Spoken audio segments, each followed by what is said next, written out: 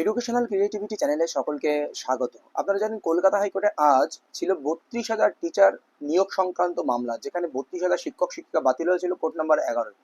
প্রায় ২ ঘন্টার বেশি, ২.৫ ঘন্টা ধরে শুনানি হলো এই মামলার আজ কোর্ট নাম্বার ১১-তে। লাইভ ভিডিও অলরেডি আপনাদের সঙ্গে শেয়ার করেছি। আমি এই ভিডিওতে আপনাদের যে বিষয়ে আলোকপাত করব যে শুনানিতে কি আলোচনা হলো। তো এখানে পর্ষদের পক্ষে যে লার্নেড অ্যাডভোকেট জেনারেল কিশোর দত্ত উনি ছিলেন, বারবার একই কথা, একই কিছু রিপিট করে গেল মনে হলো। উনি কিছু কিছু প্রশ্নের উত্তরও কিন্তু আজ দিতে পারেননি বলে মনে হলো, কারণ বিচারপতি অনেক কোশ্চেন ওনার কাছে করেছিলেন। ১৬৫ যে ইন্ডিয়ান এভিডেন্স অ্যাক্টের কথা উনি বলেছিলেন, উনি আরো একটা কথা বলেছিলেন যে ইন্ডিয়ান এভিডেন্সের ১৬৫ যে ক্রিমিনাল যে প্রসিডিউর আর সিভিল প্রসিডিউরের মধ্যে একটু হলেও পার্থক্য রয়েছে, উনি ওটা বোঝাতে চাইছিলেন, যেটা কোর্টের কোনো এখতিয়ার নেই। কোর্ট প্রসিকিউটর হিসাবে, কোর্ট আবার ডিফেন্ডার হিসেবে কাজ করেছে, লার্নের সিঙ্গেল জাজ, এই কথাটি তিনি বলেছিলেন। এছাড়াও তিনি যে ব্যাপারটি বোঝাতে চেয়েছিলেন, সেখানে বিচারপতি ধরেই বলেন যে এখানে এই কারণের জন্য, যেখানে চিফ মানে শিক্ষামন্ত্রী বা বোর্ডের সভাপতি তাদেরকে গ্রেপ্তার করা হয়েছে, তাদের বিরুদ্ধে মানে বিভিন্ন রকম রজ্জু করা হয়েছে বিষয়, তারপরেও কেন ৩৬,০০০ কেন সাফার করবে, এটা কিন্তু বিচারপতি বলেছিলেন। বিচারপতি বুঝে এটা বলতে চায়। তো পুরোপুরি আগের দিনের যে বিষয়টা, প্রথম ১.৫ ঘন্টা ওটাই চলতে থাকে, যে ১৬৫ এভিডেন্স অ্যাক্ট, এখানে বিষয়টি নিয়েই কিন্তু প্রথম থেকে শেষ পর্যন্ত আলোচনা হয়, একই জিনিস রেফার করেন। আর তাছাড়া সবচেয়ে বড় বিষয় হলো শুধু ১৬৫ নয়, উনি অনেকগুলো অর্ডার, সুপ্রিম কোর্ট থেকে শুরু করে বিভিন্ন হাইকোর্টের বিভিন্ন অর্ডার কপি রেফারেন্স দিয়েছিলেন এজি কিশোর দত্ত। তো এইবার একটা আসি, যে একটা টাইমে অ্যাপটিটিউড টেস্টের কথা উঠে আসে।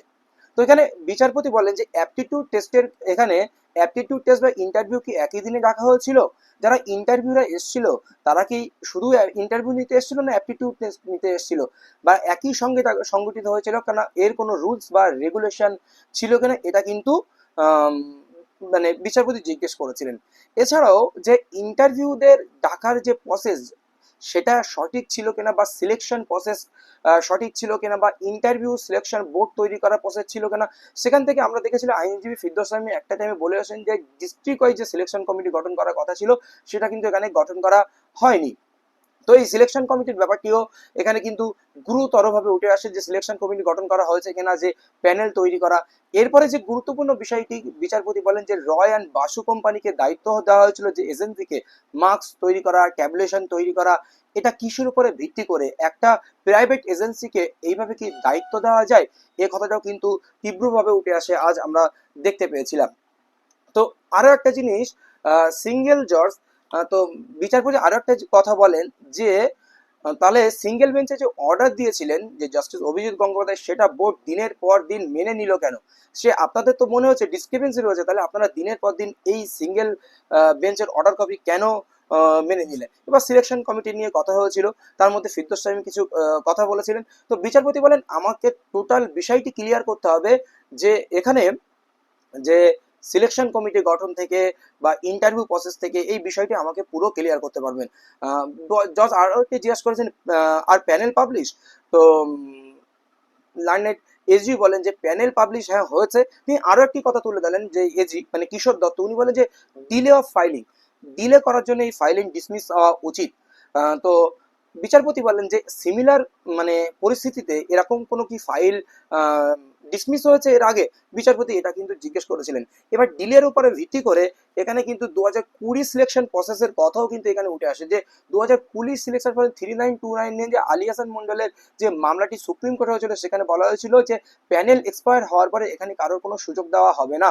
তো সেই রকমই কথা বলেন যে ২০১৭ সালে রিক্রুটমেন্ট, ২০১৮ সালে প্যানেল মানে এক্সপায়ার হয়ে যাচ্ছে, তাহলে এখন কেন তাদেরকে সুযোগ দেওয়া হতে পারে? তো এই সমস্ত কথাবার্তা কিন্তু উঠে আসে। আরও একটি কথা উঠে আসে, যে কোনো সাকসেসফুল ক্যান্ডিডেট, কোনো টেট বা কোনো সাকসেসফুল ক্যান্ডিডেট কিন্তু এখানে মানে অ্যাপ্রোচ হয়নি কোর্টে, আর কোর্ট সম্পূর্ণটাই পিটিশনারদের কাছ থেকে কথা শোনার পরে ডিসিশন নিয়েছে।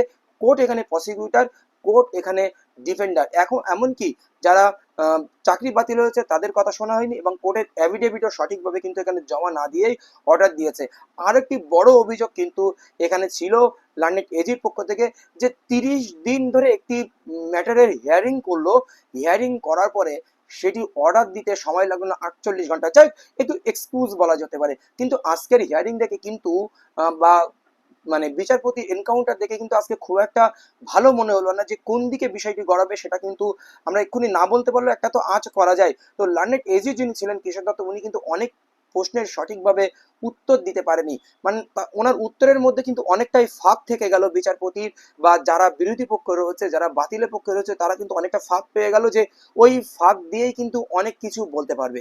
তো এখন পরবর্তী শুনানি 23 তারিখ রেখেছেন জুন মাসের 2টো PM। ওই দিন কিন্তু অন্য অন্য পক্ষেরও শোনা হবে। আরো প্রথম দিকে আলোচনা হয়েছিল যে অ্যাডিশনাল পার্টির কথা আমি শুনবো না, ইত্যাদি ইত্যাদি বিষয় কিন্তু এখানে উঠে এসেছে। আরো বিস্তারিত তথ্য বা আপডেট, আরো চুলচেরা বিশ্লেষণ আমরা কোনো একটি ভিডিওতে করব। ধন্যবাদ।